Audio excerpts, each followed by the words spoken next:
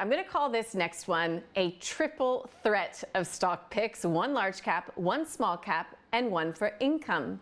Michael Wayne from Medallion Financial joined me a bit earlier, and I began by asking what the common theme is for the three stocks he's picked. So essentially, when we look at investing, we're what we call, sector agnostic, style agnostic, because people have a tendency to want to bundle the market up into little small pieces, whether it's growth or value or ASX 200, ASX 300, mid caps, small caps. But when we look at sort of building portfolios, we're unconstrained by style and by index weights. So when we look at portfolios, it won't restrain us from investing in what we think is the best quality small cap just because it's a small business. It won't preclude us from investing in the best quality large cap just because it might be larger and more mature. And likewise, even looking at sort of the resources or gold space, just because something's a more cyclical gold type business or resource type business doesn't mean that we can't include it in the portfolio if we think that it's offering attractive characteristics. And what are attractive characteristics? I know that we'll talk about them in relation to these three stocks. But do you look for particular factors like quality, or how do you start to assess this wide universe of stocks available? So what we'll see from the three stocks today is that they are exhibiting quality characteristics and they are attractively priced. So that holy grail of investing, if you like, quality growth at an attractive price. So when you're looking at different metrics, you're looking at things like consistent ability to compound revenue and earnings growth over time. You're looking for dividend per share growth consistently over time, because we're looking to extract not only capital growth, but a growth in income, which is important as well. But you can look at other things like the PEG ratio, which is the PE ratio adjusted for earnings growth. You can look at things like free cash flow yields, and common metrics like return on equity, how much cash is on the balance sheet relative to debt. All these factors are important, and many of the businesses that we invest in would meet all those characteristics. Okay, I'll start with the large cap on the list, and that, drum roll please, is ResMed. So we do have some pretty recent results to go off of, and they were pretty strong. Revenue was in line, margins were strong, operating cash flow up 17%. What was the real standout, or what is the standout when it comes to ResMed? Look, so ResMed is a business that we've held for a long, long time for clients, going back over sort of a decade now. But we feel as though that the current opportunity is that you're not sacrificing growth despite the fact that you're getting it at relative value. So I suppose the most attractive feature for ResMed is its long-term ability to consistently deliver compounded numbers across those key metrics. So you look at sort of the last 5 years compound annual growth rate, looking at revenue, it's up 12% per annum, earnings at around 17% per annum, free cash flow, as you touched upon, has grown very consistently over recent years.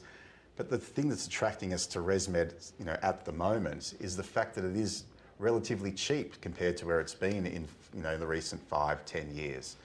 You look at the PEG ratio, for instance, is lower than it's been in any point in the last 5 years. You look at the free cash flow yield, it's much higher than it's been in recent years.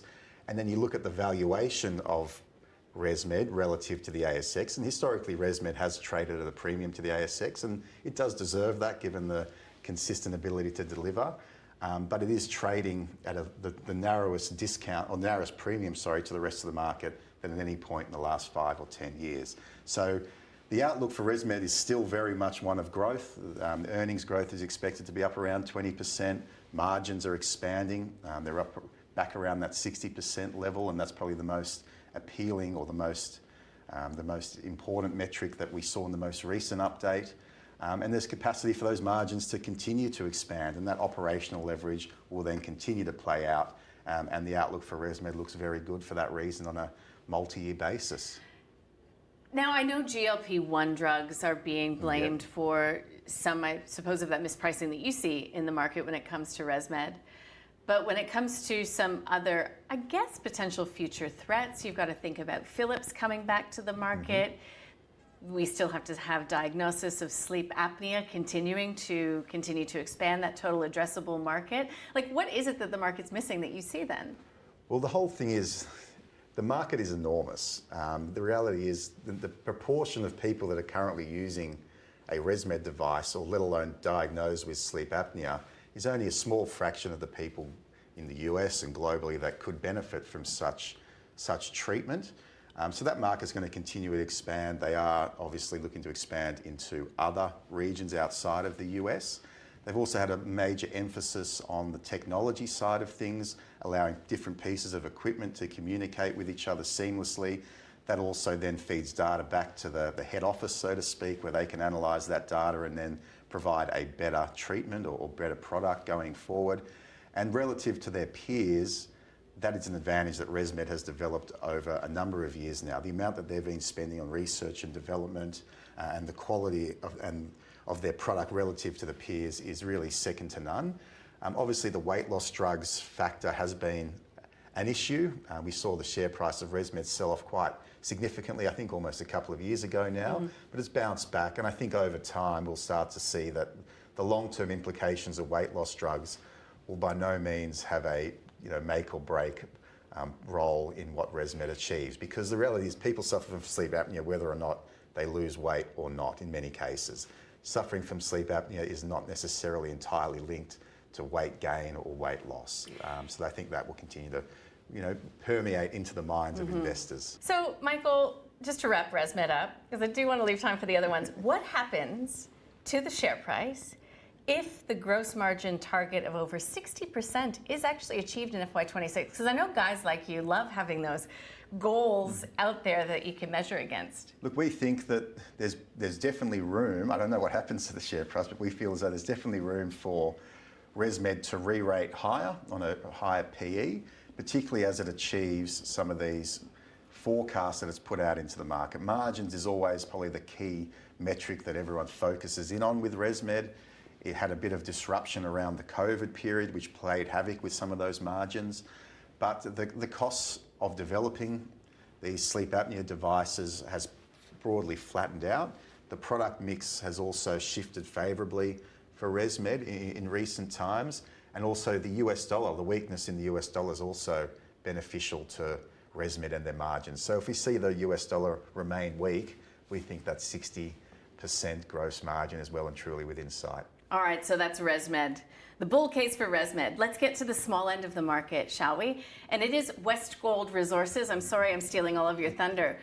But I was looking and doing my research and found an email back from 2022. And I only bring this up because I was looking for an interview with the CEO at the time because they had such a solid production report. Like, it's easy to think of these gold miners in particular as just being related to the price of gold, which obviously is a huge huge tailwind. But in your view, is this a well-run, well-executing gold company? We certainly think it's an emerging gold producer. And it's had a bit of a checkered run the last couple of years in ramping up that production, but the production is ramping up. So just to give it a bit of perspective, we believe that Westgold is a gold company that can perform well regardless of what happens within reason to the gold price from here. We don't necessarily need the gold price to keep rallying for this company to do well. And even if the gold price stabilised or moderated somewhat, we feel as though Westgold can still extract a lot of value for investors. So again, to put it in perspective, Northern Star, for instance, a gold producer that a lot of people are familiar with, do about 1.7 million ounces of gold per year they produce. Evolution's about 750,000 ounces of gold a year. Westgold's gone from about 200,000 ounces a year to about 350,000 ounces a year, and they're looking to build that up over the next couple of years to over 500,000 ounces of gold a year in production. And that puts them roughly in the same league as, say, an Evolution. So this is an emerging gold leader, we think. But the thing is, as that production is ramping up, their costs of production are actually coming down. And you would think that that's pretty common as you reach scale, but it's actually not. Often, as gold companies look to boost production, it can actually mean that their cost of production can go up. They've often got to target, poorer grades and deeper ores. Those kind of things play a role in things as well. But we feel as though Westgold has a lot of dynamics moving in their favour. Obviously, production ramping up is a broad positive. Costs of production falling is definitely a positive for them as well over time. And we just feel as though that the free cash flow that's going to start to flow through for Westgold's going to be very compelling. And I suppose the kicker that gets Westgold over the line for us is it trades in about 6 times forward earnings, when the ASX peers that it's competing against are on about 11 times earnings. So it's got favourable dynamics at play and on a low valuation. Because of a few production hiccups in recent years, the market isn't willing to attach any sort of confidence in the business, but we feel as though that confidence will come in time and you'll get that valuation uplift just as you start to see all these dynamics starting to play out nicely for Westgold. That's that holy grail that you talked about right at the beginning of this piece. It's also got a very strong balance sheet, I must say. Golden Investments, $232 million at the end of the last quarter. Do you anticipate what it will do with that cash? Do you care what it does with that cash? Like, what happens? Because these gold miners also continually need to be looking for other opportunities, don't they? So the whole thing is they are net cash positive on the balance sheet, which is great. Their gold exposure is also unhedged, which is great. A lot of companies often find themselves in a predicament where they've hedged themselves out. What the management do from here is always a big call. In gold and a lot of resource companies, historically they've made acquisitions at the wrong point in the cycle, often after periods of boom and positivity.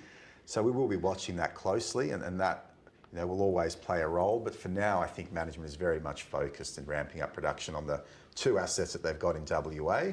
And once the rivers of gold, as they say, start flowing, then management might turn their attention to capital management. But until that plays out, we're not going to sort of try and guess what management will do. Yeah, staying on top of it though. Okay, now the last one I did say in the introduction is about income, and I will let you tell the audience what it is, because this is not a company that I would necessarily first think of when it comes to income. Yeah, so look, I mean, just because we're a growth fund doesn't preclude us from investing in good quality income stocks if we think that they can continue to deliver that income, but then also grow off the back of that. So this particular business is GQG Partners. Okay. It's a fund manager, a global fund manager with Australian roots. Essentially, this is a business that's paying, about 10% dividend yield. It's not franked, but when the dividend's that high, who really cares? And it's trading on a forward PE ratio of 8 times earnings. So again, relative to its Australian peers in the funds management space and global peers, it's very, very cheap, and its dividend yield is very, very high, but that dividend has been growing consistently in recent years. So this is a business whose funds under management's now above 160 billion AUD, and it's been growing consistently over the years. And we feel as though that company, given its recent performance, even in the recent quarter, its outperformance was considerable. We think the fund flows for that business will continue, and that will help support revenue growth, earnings growth, and dividend per share growth. So we feel as though that dividend that they're paying is safe. We feel as though it's a good value proposition. And we like the business model because they are diversified across strategies, as well as the fact that their fund inflows are coming from a diversified number of sort of sources. So this is a business that we feel has a lot in its favour in terms of valuation and yield. So for the income-hungry investor out there, we feel as though this is one worth looking into. I guess with fund managers, the big elephant in the room is how the market performs overall. So is this also, sort of saying that you're pretty optimistic still about what can be achieved in global equity markets? Look, we're naturally pretty optimistic on the outlook for market. Obviously, there are going to be your ebbs and flows and your different cycles, but if you believe that over time markets will gravitate higher, even if it's at 4 or 5% compound over time, then fund managers of scale, such as GQG, up at around that 160 billion FUM mark, they're going to extract pretty good economies of scale as their FUM continues to grow. So the gross margin on something like GQG's 76% or something. So that's very, very profitable business. And yes, there'll be times when the markets do come off, but when you're paying 8 times earnings, 10% dividend yield, we feel as though there is some decent valuation support there to withstand even the most vicious cycles. And I think it's a testament to the business, or GQG in this case, that even despite the machinations that have played out over the first quarter of this year, the share price has been fairly stable. So then you throw on top of that your dividend, you've done quite well even what's been a pretty torrid environment.